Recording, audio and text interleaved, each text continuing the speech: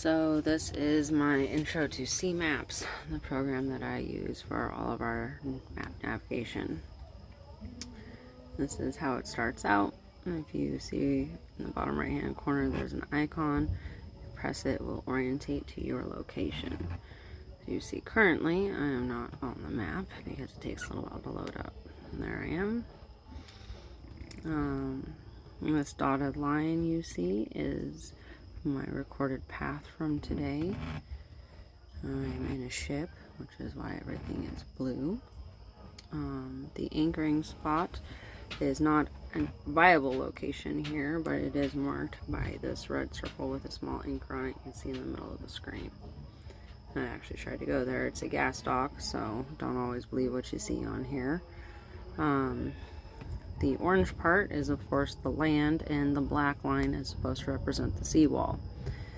These little markers right here are reefs, which may or may not be marked by a buoy, as I've come to discover, and the numbers represent depth of the water.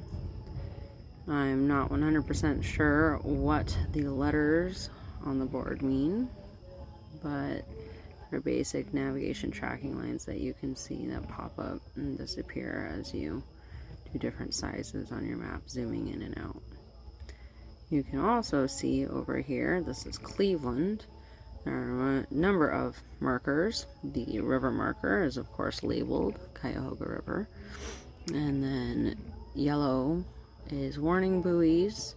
Red and green are your directional buoys for red right returning and green go for leaving. There are harbors with sandbars which are marked, and a variety of other navigational tools on here, such as a gym pole symbol.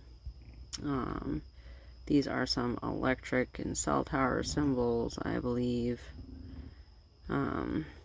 Those are freighter lines going into Lake Erie, and these dotted lines through here are basically like the road map telling you where they have dredged out to make it this equal depth.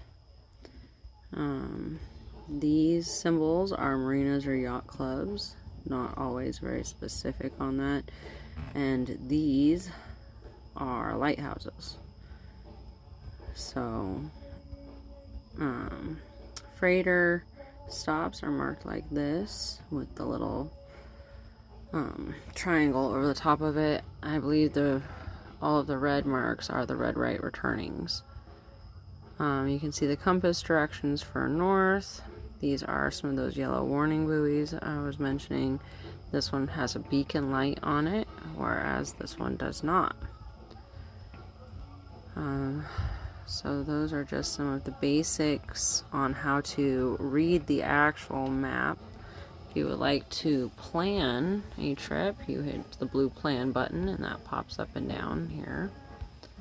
You can do manual routing, but automatic routing is what I typically use. You start with your current location, of course, and then enter your destination. Mine tomorrow is Mentor on the Lake in Ohio. You make the selection.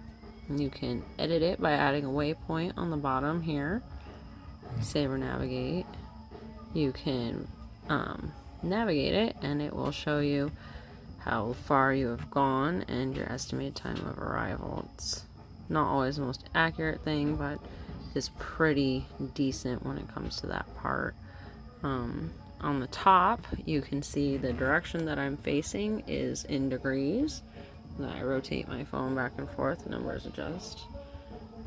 And as long as you keep it pointed at the bow of the ship, towards the very front of it, you will always have an accurate reading. And then the speed is listed on the top left hand side next to the little 3 bars right here.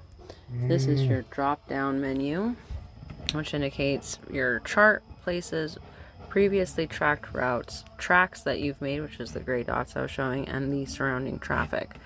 And that is for your general navigation. After that, it has the weather forecast, which I will show you, downloaded offline maps, which is just however much memory you put in, and the settings for your preferences, weather preferences, routing preferences, and maps.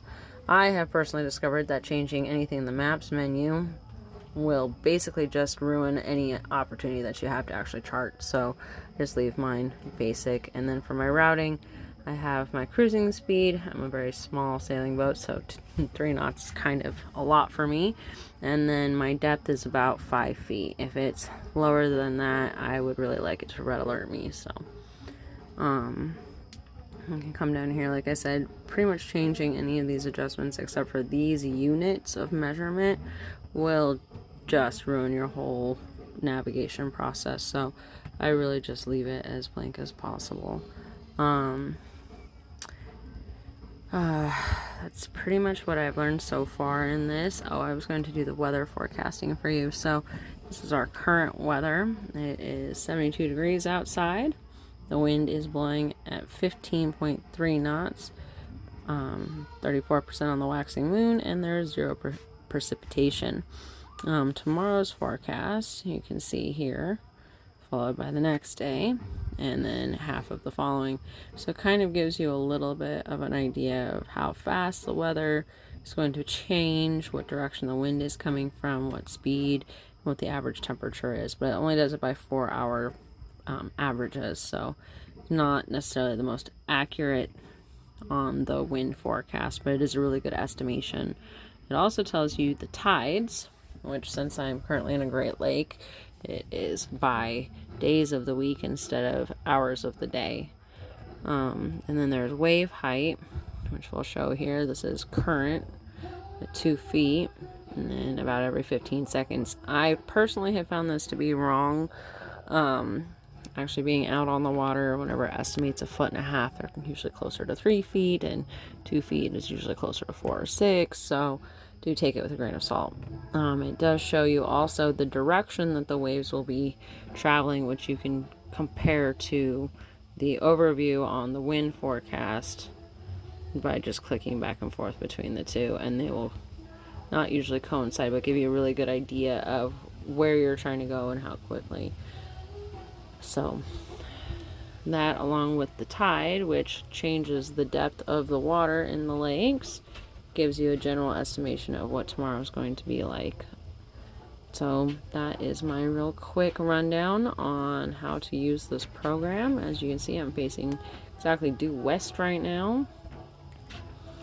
And as you pull out, it gives you your directional line, so you can tell which direction your ship is facing. We're currently docked or anchored, so we're not really moving around a lot, but it gives me a good opportunity to show you a very steady map with excellent data service, since my offline maps aren't always that accurate. There is the legacy mode, which I personally don't really like because it's harder to tell what you're looking at, since it's like this.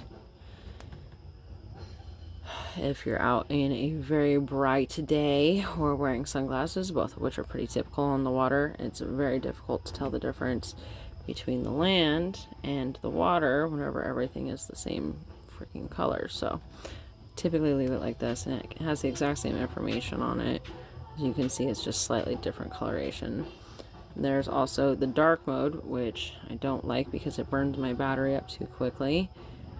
But again, it's just everything in opposites, and this is the path that we've taken and the map that I've done. So that's just a very general overview on all of that. This is dark mode legacy, just to give you an idea of what all the different specs are on it.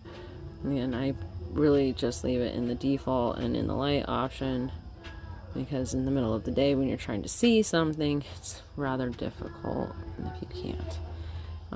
The wind chart, I have discovered, really works best if you take it out as far as you can and then bring it back in and let it load a little bit, and it will start to actually give you that wind data, but it does take several minutes for it to load, so you do have to be really patient with it.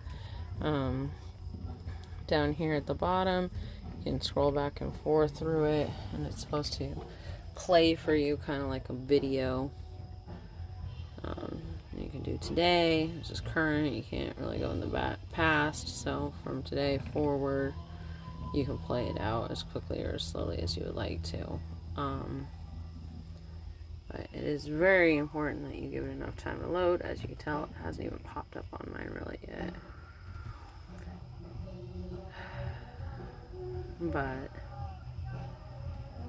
that is my basic explanation for how all of this works. And I hope you appreciate the video and understand that I do 97% of my daily navigation with just this simple tool, and it gives me the depth of the water, the location of most of the places to go, and just our basic data that we use on board. We don't have a depth finder, and we don't have really any other electronic means at this time other than Google Maps. So here you are.